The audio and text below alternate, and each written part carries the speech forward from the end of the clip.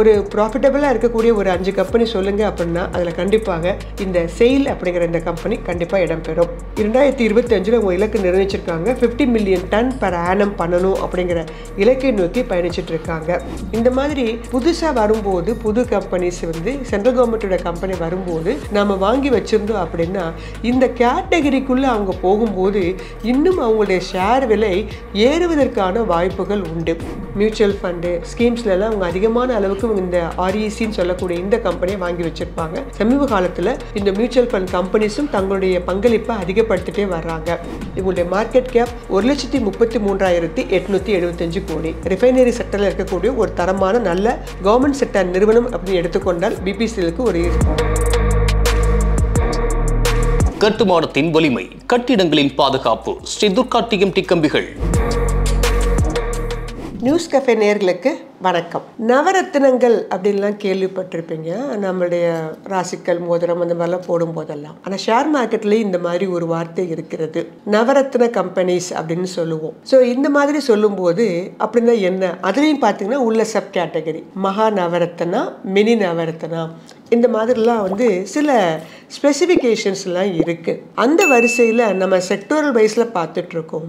அப்போ எனக்கு வந்து இந்த மாதிரி நவரத்ன கம்பெனிஸ்லாம் நம்மக்கிட்ட இருக்குதா, அந்த மாதிரிலாம் சில பேருக்கு ஒரு இது இருக்கும். அப்படின்னா என்ன அந்த மாதிரிலாம் மகா நவரத்னா, மினி நவரத்னா அப்படிலாம் வந்து பேப்பர் மேகசின்ஸ்லாம் போடுவாங்க. ஸோ அதை பற்றி சில விளக்கங்களை உங்களுக்கு கொடுக்கறதுக்கு தான் இந்த பதிவை நான் வந்து கொண்டு வந்திருக்கேன். ஜென்ரலாக வந்து பார்த்தீங்கன்னா ஷேர் மார்க்கெட்டில் நவரத்ன கம்பெனிஸ் அப்படின்னா என்ன அப்படின்னு கேட்டிங்கன்னா அவங்க எல்லாருமே central public sector enterprises companies, central government கீழே வரக்கூடிய ஒரு கம்பெனிஸ் எல்லாருமே மெயினாக. அதுலேயும் இந்த நவரத்ன ஸ்டேட்டஸ் அப்படின்னா என்னன்னு கேட்டிங்கன்னா கிட்டத்தட்ட 1000 கோடி இன்வெஸ்ட் பண்ணலாம் without any approval of the central government.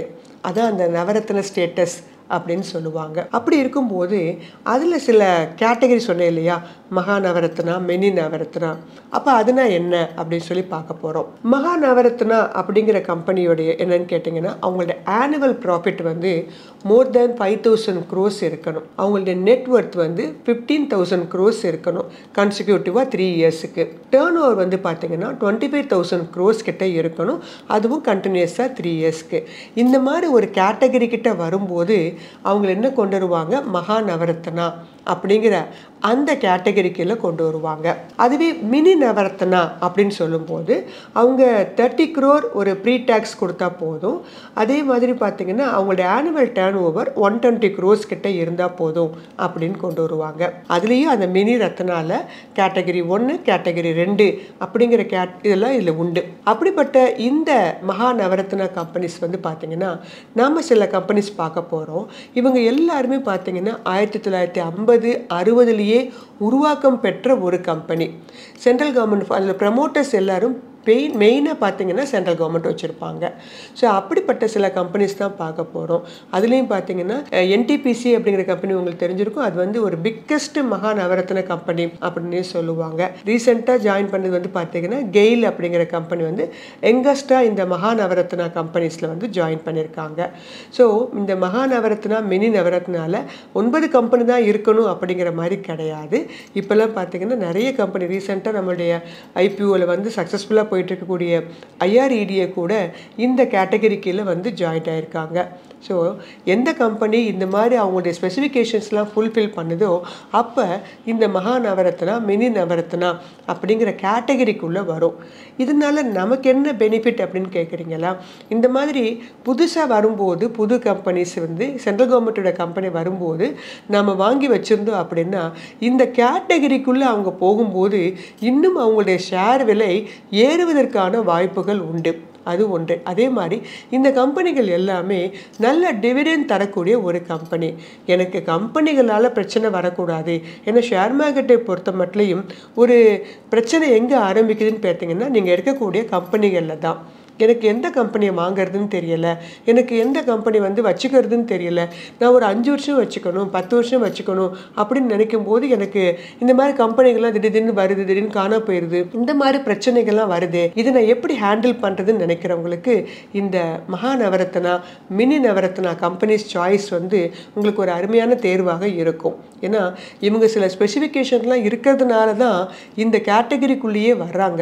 ஒரு 100 பாயிண்ட்ஸ் எடுத்துக்கிட்டு அதில் 60 பாயிண்ட்ஸ் பாயிண்ட்ஸுக்கு மேலே அந்த கம்பெனி ஃபுல்ஃபில் பண்ணுச்சுன்னா மட்டும்தான் இந்த ஸ்டேட்டஸே அவங்களுக்கு கிடைக்கிது. ஸோ அவங்களே அங்கே ஃபில்டர் பண்ணிடுறாங்க.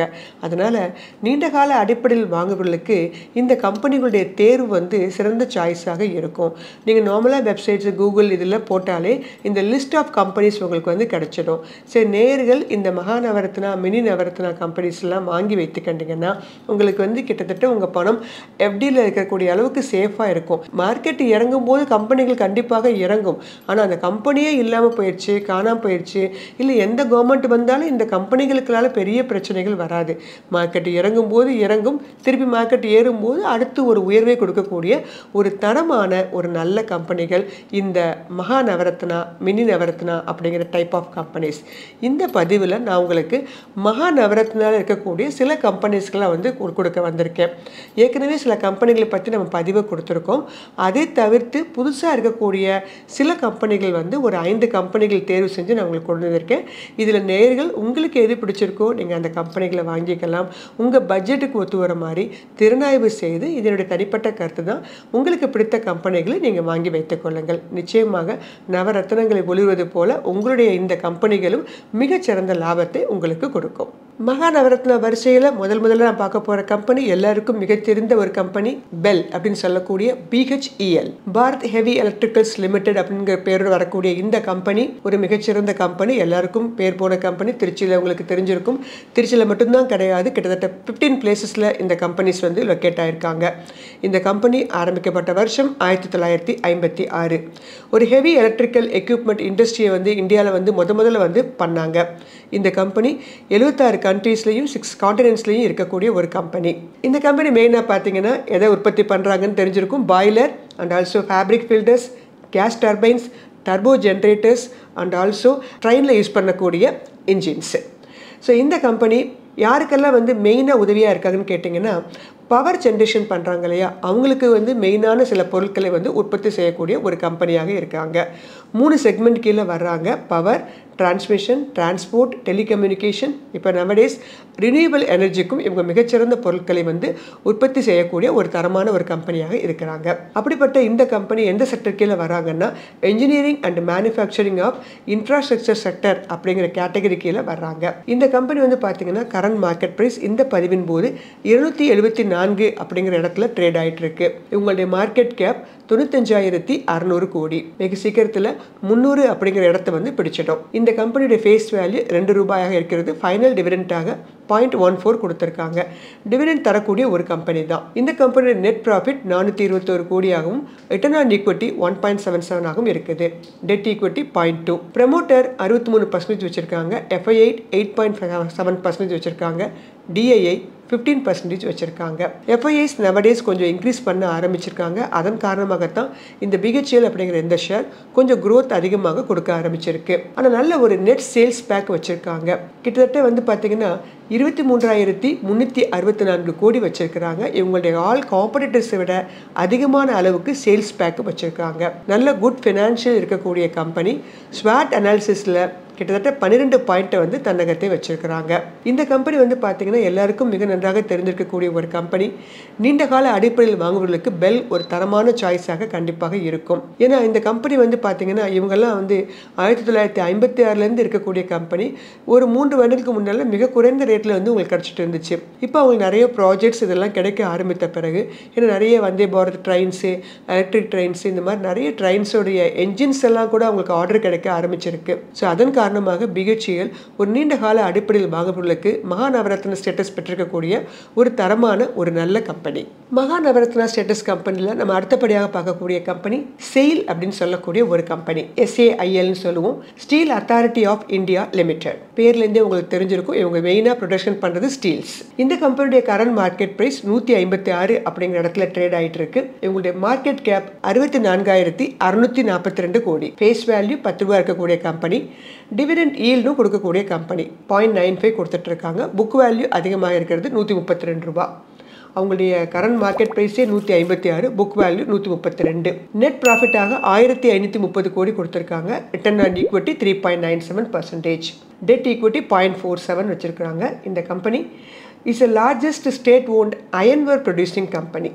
மெயினாக பார்த்தீங்கன்னா இவங்க ஸ்டீல் மேக்கிங்கில் என்னென்ன பண்ணுறாங்க, ஸ்டீல் ப்ராடக்ட்ஸு, காயில்ஸு, அப்புறம் வந்து galvanise electrical street, railway products, bars and rods, stainless steels, alloy sheets, இதெல்லாம் தயாரிக்கக்கூடிய ஒரு மிகச்சிறந்த ஒரு நிறுவனம். இந்த கம்பெனி ஆரம்பிக்கப்பட்ட வருஷம் 1973. ஒரு ப்ராஃபிட்டபிளாக இருக்கக்கூடிய ஒரு 5 கம்பெனி சொல்லுங்கள் அப்படின்னா அதில் கண்டிப்பாக இந்த செயில் அப்படிங்கிற இந்த கம்பெனி கண்டிப்பாக இடம்பெறும். 2025 அவங்க இலக்கு நிர்ணயிச்சிருக்காங்க. 50 மில்லியன் டன் பர் ஆனம் பண்ணணும் அப்படிங்கிற இலக்கை நோக்கி பயணிச்சுட்டு இருக்காங்க. 5 இன்டகிரேட்டட் ஸ்டீல் பிளான்ட்ஸ் வச்சுருக்காங்க. சேலம் போன்ற இடங்களிலும் இந்த ஊர்காலை கம்பெனிலாம் இருக்கிறது. ஸோ அப்படிப்பட்ட இந்த செயில் அப்படிங்கிற இந்த கம்பெனி ப்ரமோட்டராக 65% வச்சிருக்காங்க. பப்ளிக் 15%, டிஐஐ 15% வச்சிருக்கோம். மியூச்சுவல் ஃபண்ட்லாம் இப்போ ரீசெண்டாக இன்க்ரீஸ் பண்ண ஆரம்பிச்சிருக்காங்க. நெட் சேல் பார்த்தீங்கன்னா 1,04,447 கோடி வைத்திருக்கக்கூடிய ஒரு கம்பெனி. நல்ல ஒரு ஸ்டீல் ப்ரொடக்ஷன் கம்பெனி வரிசையில், ஏன்னா எல்லா கம்பெனியுமே இருக்காங்க. காம்படிட்டர்ஸ் பார்த்தீங்கன்னா டாடா ஸ்டீல், ஜேஎஸ்டபிள்யூ ஸ்டீல், இந்த மாதிரி ஜிண்டால் ஸ்டீல் நிறைய கம்பெனிஸ் இருக்காங்க. ஆனால் அந்த வரிசையில் மகாநகரத்தில் ஸ்டேட்டஸ் வச்சிருக்கக்கூடிய ஒரு கம்பெனின்னு பார்த்தீங்கன்னா நம்மளுடைய செயில் வந்து கொஞ்சம் கம்மியான ரேட்டில் கிடைக்கக்கூடிய ஒரு நல்ல கம்பெனி, ஒரு கவர்மெண்ட் ஓன்டு கம்பெனி. ஸோ நீண்ட கால அடிப்படையில் ஸ்டீல் சம்பந்தப்பட்ட தேவைகளுக்கு எப்போதுமே என்ன இருக்கிறது, டிமாண்ட் இருக்கிறது. அப்படி இருக்கும்போது இந்த கம்பெனி ஒரு கம்மி ரேட்டில் உங்களுக்கு கிடைக்கக்கூடிய ஒரு கம்பெனி. தாராளமாக நீண்ட கால அடிப்படையில் வாங்குபவர்களுக்கு இது ஒரு நல்ல சாய்ஸாக இருக்கும்.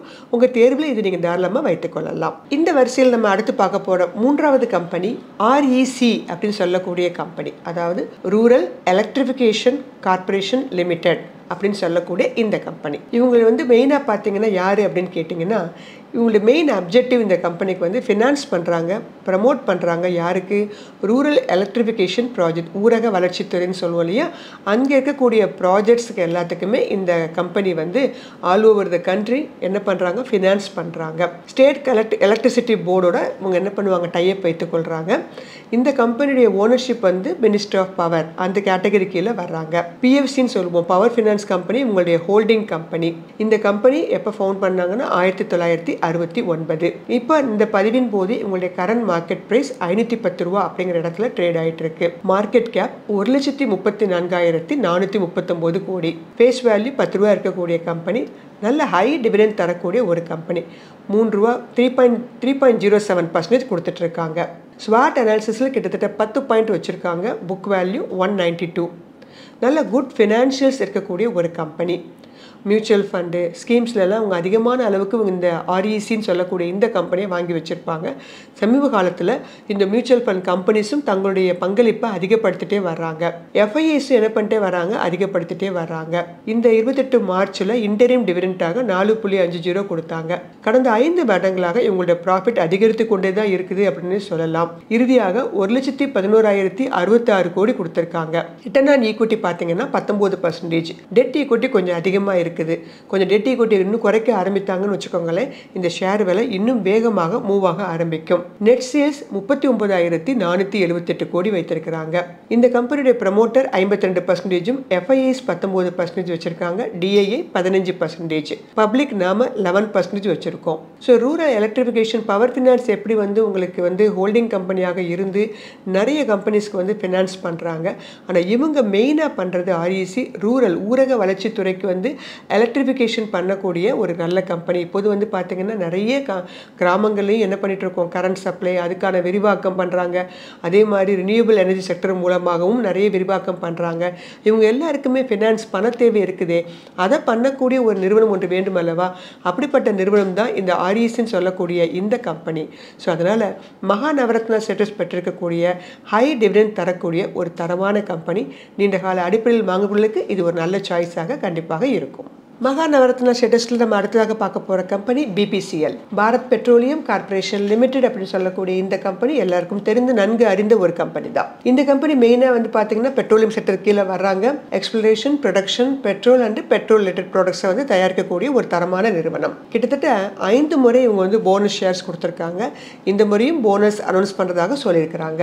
2000 ஒரு தடவை, 2012, 2016, 2017 அவங்க ரெக்கார்ட் டேட்டா வச்சுட்டு உங்களுக்கு வந்து போனஸ் ஷேர்ஸ் கொடுக்கறதாக இருக்கிறாங்க. வச்சிருக்காங்க. அப்படிப்பட்ட இந்த பிபிசிஎல் அப்படிங்கிற கம்பெனி ஈவன் தோ அவங்க வந்து ப்ராஃபிட் காமிக்காத போதிலும் ஒரு எப்போதுமே பார்த்தீங்கன்னா பெட்ரோல் ரிலேட்டட் கம்பெனிஸ்க்கு எப்போதுமே ஒரு தேவை இருந்து கூட தான் இருக்குது. ரினியூவபிள் எனர்ஜி செக்டர் வந்தால் கூட இன்னும் அந்த இடத்தை நிரப்புவதற்கான அளவுக்கு கெப்பாசிட்டி ரினியூவபிள் எனர்ஜி செக்டருக்கு கிடையாது. ஸோ பெட்ரோல் அப்படிங்கிற பொறுத்தவரைக்கும் எப்போதுமே நமக்கு தேவை அதிகமாக இருந்து கொண்டு தான் இருக்கிறது. அந்த வரிசையில் பிபிசிஎல் வந்து உங்களுக்கு நீண்டகால அடிப்படையில் பார்ப்பதற்கு ஒரு நல்ல கம்பெனியாக இருக்கும். தற்போதைய பதிவின் போது கரண்ட் மார்க்கெட் பிரைஸாக 616 அப்படிங்கிற இடத்துல ட்ரேட் ஆகிட்டு இருக்கு. வெகு சீக்கிரம் 890 அப்படிங்கிற இடத்தை அடைவதற்கான வாய்ப்புகள் உண்டு. இவங்களுடைய மார்க்கெட் கேப் 1,33,875 கோடி. ரிஃபைனரி செக்டரில் இருக்கக்கூடிய ஒரு தரமான நல்ல கவர்மெண்ட் செக்டர் நிறுவனம் அப்படின்னு எடுத்துக்கொண்டால் பிபிசிஎலுக்கு ஒரு சிறந்த இடம் உண்டு. இவங்க ஃபேஸ் வேல்யூ 10 ரூபா வச்சிருக்காங்க. டிவிடெண்ட் தரக்கூடிய ஒரு கம்பெனி, கம்மியாக தான் கொடுப்பாங்க, 0.67 கொடுத்துருக்காங்க. புக் வேல்யூ 246 அப்படிங்கிற இடத்துல இருக்கிறது. குட் ஃபினான்ஷியல்ஸ் தான். ஆனால் ப்ராஃபிட் வைஸ் பார்க்கும்போது இந்த கம்பெனிக்கு ப்ராஃபிட் அதிகமாக கிடையாது. இனி வரக்கூடிய காலங்களில் இவங்க ப்ராஃபிட் கொடுப்பதற்கான வாய்ப்புகள் உண்டு அப்படின்னு நம்பலாம். Return on equity 3.98, dead equity 1.13 வச்சிருக்காங்க. ப்ரமோட்டர் 52%, எஃப்ஐஎஸ் 16, டிஐஏ அதிகமாக வைத்திருக்காங்க, 22% வச்சிருக்காங்க. மியூச்சுவல் ஃபண்டு எஃப்ஐஎஸும் சமீப காலமாக வாங்க ஆரம்பித்த காரணத்தினால தான் டெய்லி உங்களுக்கு பிபிசிஎல் ரேட் ஏறிக்கொண்டே போகுது. ஸ்விங் ட்ரேடிங் பண்ணுறவங்களுக்கும் பிபிசிஎல் ஒரு நல்ல சாய்ஸாக இருக்கும். ஸோ இது வந்து ஒரு லீடிங் கம்பெனி அப்படிங்கிறதுனால இப்போ ரீசெண்டாக பார்த்தீங்கன்னா இந்த கம்பெனி நொய்டா இன்டர்நேஷ்னல் ஏர்போர்ட்டோட ஒரு ஜாயிண்ட் வெஞ்சர் வச்சு ஒரு ப்ராஜெக்ட் வந்து ஆரம்பிச்சிருக்காங்க. ஏவியேஷன்லையும் வந்து பார்த்திங்கன்னா ஏரோப்ளேன்ஸ்லாம் இருக்காங்க இல்லையா, அவங்க எல்லாருக்குமே உங்களுடைய கஸ்டமர்ஸாக இருக்கிறாங்க. எல்பிஜி பிஸ்னஸ் யூனிட்டு பாரத் கேஸில் உண்டு. ஸோ அதனால் க்ரூட் ஆயில் மட்டும் கிடையாது, பெட்ரோல் மட்டும் கிடையாது, கெரசின், மற்ற எல்பிஜி கேஸ், இந்த மாதிரி பலதரப்பட்ட பொருட்களையும் இவங்க என்ன பண்ணுறாங்க, ரிஃபைனரி பண்ணி நமக்கு கொடுத்துட்டுருக்காங்க. ஸோ மகாநவரத்னா ஸ்டேட்டஸில் இருக்கக்கூடிய ஒரு பெட்ரோலியம் சம்மந்தப்பட்ட ஒரு கம்பெனி தேவை என்று நினைப்பவர்களுக்கு பிபிசிஎல் ஒரு நல்ல சாய்ஸாக கண்டிப்பாக இருக்கும். இறுதியாக இந்த வரிசையில் நம்ம 5ஆவதாக பார்க்க போகிற ஒரு கம்பெனி நம்ம ஏற்கனவே பார்த்துருக்கோம். மிகச்சிறந்த ஒரு நல்ல கம்பெனியாக கருதப்படுகிறது கோல் இண்டியா அப்படின்னு சொல்லக்கூடிய இந்த கம்பெனி. இந்த கம்பெனி வந்து பார்த்தீங்கன்னா லார்ஜஸ்ட் கோல் ப்ரொடியூசிங் கம்பெனி இந்த வேர்ல்டுலேயே அவங்க தான். இவங்க நான் கோக்கிங் கோல் இதெல்லாம் வந்து ப்ரொடியூஸ் பண்ணிட்டு இருக்காங்க. வேரியஸ் கிரேட்ஸில் கொடுத்துட்டு இருக்காங்க. இவங்களோட மெயின் கஸ்டமர்ஸ் யாருன்னு பார்த்தீங்கன்னா thermal power generation companies, steel, cement producing company. இந்த கம்பெனி 83 மைனிங் ஏரியாஸ் வச்சுருக்காங்க. இவங்க வந்து கிட்டத்தட்ட 8 ஸ்டேட்ஸில் வந்து ஸ்ப்ரெட் ஆகி இருக்கிறாங்க. இந்த கம்பெனி ஆரம்பிக்கப்பட்ட வருஷம் 1956. இந்த கம்பெனி வந்து நம்மளுடைய கோல் ப்ரொடக்ஷனில் 82% கான்ட்ரிபியூட் பண்ணுறாங்க. அப்படிப்பட்ட இந்த கோல் இண்டியா அப்படிங்கிற இந்த கம்பெனி கண்டிப்பாக நம்மளுடைய ஒவ்வொருடைய போர்ட்ஃபோலியோலையும் இருக்க வேண்டிய ஒரு கம்பெனி. கரண்ட் மார்க்கெட் பிரைஸாக 447 ரூபா அப்படிங்கிற இடத்துல ட்ரேட் ஆகிட்டு இருக்கிறது. வெகு சீக்கிரம் 600 ரூபா அப்படிங்கிற இடத்தை பிடிப்பதற்கான வாய்ப்புகள் உண்டு. இந்த மகாநவரத்னா சிட்டஸ் கம்பெனியில் எம்கேப் அதிகமாக உள்ள கம்பெனினா நம்ம கோல் இண்டியாவை எடுத்துக்கொள்ளலாம். என்டிபிசிக்கு அடுத்தபடியாக கோல் இண்டியாவுக்கு ஒரு இடம் உண்டு. என்டிபிசி நம்ம ஏற்கனவே நான் தகவல் உங்களுக்கு கொடுத்துருக்கேன் பவர் செக்டர் வரிசையில். அதனால தான் நான் என்டிபிசி நான் இங்கே கொண்டு வரல. அதை தவிர்த்து மீதி உள்ள கம்பெனியில் உங்களுக்கு கொடுத்துருக்கேன். இந்த கோல் இண்டியாவுடைய மார்க்கெட் கேப் 2,75,966 கோடி. ஸ்வாட் அனாலிசிஸில் கிட்டத்தட்ட 11 பாயிண்ட் வச்சுருக்கிறாங்க. ஃபேஸ் வேல்யூ 10 ரூபா. ஹை டிவிடெண்ட் தரக்கூடிய கம்பெனி, 4.63% கொடுக்குறாங்க. புக் வேல்யூ 134 ரூபா அப்படிங்கிற இடத்துல ட்ரேட் ஆகிட்டு இருக்கு. நல்ல ஸ்ட்ராங் ஃபைனான்ஷியல்ஸ் உள்ள கம்பெனி, ஒரு மார்க்கெட் லீடர் அப்படின்னே நம்ம சொல்லலாம். 2023 வந்து பார்த்தீங்கன்னா 3 டைம்ஸ் டிவிடெண்ட் கொடுத்துருக்காங்க. 2024 பிப்ரவரியில் ஒரு 5 ரூபா டிவிடெண்ட் கொடுத்துருக்காங்க. இவங்களுடைய நெட் ப்ராஃபிட் 36,942 கோடி. Return on equity is very high, 45% கொடுத்துருக்காங்க. Dead equity very less, 0.08. Promoter 63%, FIIs 8%, DII 23% வச்சிருக்கிறாங்க. டொமஸ்டிக் இன்ஸ்டிடியூஷனல் இன்வெஸ்டரோட டார்லிங் அப்படின்னு சொல்லலாம் கோல் இண்டியாவை. இவங்களோட நெட் சேல் 1,42,323 கோடி. உங்களுடைய காம்படிட்டர்ஸ் எல்லாரையும் விட அதிகமான அளவுக்கு நெட் சேல் பேக்கும் வச்சுருக்கிறாங்க. ஸோ இந்த 5 கம்பெனிகள் பார்த்திங்கன்னா எல்லாருமே 1956 1960 நம்ம இந்தியாவில் இருக்கக்கூடிய ஒரு மிகச்சிறந்த பாரம்பரியமிக்க கம்பெனி. மக்களுக்கான சேவைகளையும் கொடுத்துட்டு இருக்கக்கூடிய கம்பெனி, ஒரு ப்ரொடக்ஷன் ஓரியன்ட் கம்பெனி. சில கம்பெனி மட்டும் ஃபினான்ஸில் இருக்கக்கூடிய கம்பெனி. இந்த 5 கம்பெனிகளுமே மிகச்சிறந்த இடத்தை பெற்றிருக்கிறதுனால தான் இவங்க ஏற்கனவே பார்த்திங்கன்னா இந்த ஸ்டேட்டஸ் வாங்கிட்டாங்க. அப்படிப்பட்ட இந்த கம்பெனிகள் எல்லாமே நம்மளுடைய போர்ட்ஃபோலியோவில் இருக்கிறது அப்படிங்கிறது நமக்கு ரொம்ப நம்ம நல்ல பலனை கொடுக்கும். நல்ல டிவிடெண்டும் கொடுத்துட்ருக்காங்க, நல்ல சேல்ஸ் பேக் வச்சுருக்கிறாங்க, டிமாண்டபிள் கம்பெனி. ஸோ ஒரு ஃபண்டமெண்டல்ஸ் அப்படின்னு பார்க்கும்போது நீண்டகால அடிப்படையில் பார்க்கும்போது இதெல்லாம் தான் மேஜர் ரீசனாக வச்சு பார்க்க போகிறோம். மியூச்சுவல் ஃபண்ட்ஸ்காரங்களாம் வாங்கிட்டு இருக்காங்களா, அவங்களுடைய கடன் தொகை எப்படி இருக்கிறது, ரிட்டர்ன் ஆன் ஈக்விட்டி எப்படி இருக்கிறது, இதெல்லாம் தான் மிக முக்கியமான அம்சங்கள். அதே மாதிரி என்ன மாதிரி ப்ரொடக்ஷன் பண்ணுறாங்க, என்ன உற்பத்தி பண்ணுறாங்க, அந்த உற்பத்தி பண்ணுற பொருட்களுக்கு டிமாண்ட் இருக்குதா, இதெல்லாம் தான் வந்து பார்த்திங்கன்னா ஒரு 5 வருடம் 10 வருடம் ஒரு கம்பெனி நம்ம வச்சுக்க போகிறோம் அப்படின்னா அதற்கு ஒரு சிறந்த காரணங்களாக இருக்க முடியும். இந்த காரணங்கள் எல்லாத்தையுமே நான் சொன்ன இந்த 5 கம்பெனிகளுமே ஃபுல்ஃபில் பண்ணுறாங்க. அப்படிப்பட்ட இந்த கம்பெனி உங்கள் போர்ட்ஃபோலியோவில் இருந்ததுன்னா நிச்சயமாக நவரத்னங்களைப் போல இந்த மகா நவரத்ன கம்பெனியும் உங்களுக்கு மிகச்சிறந்த நீண்டகால பலனை கண்டிப்பாக கொடுக்கும். நன்றி, வணக்கம். இந்த வீடியோ உங்களுக்கு பிடிச்சிருந்தா லைக் பண்ணுங்க, ஷேர் பண்ணுங்க, கமெண்ட் பண்ணுங்க. மறக்காம பெல் பட்டனை கிளிக் பண்ணிட்டு சப்ஸ்கிரைப் பண்ணிடுங்க.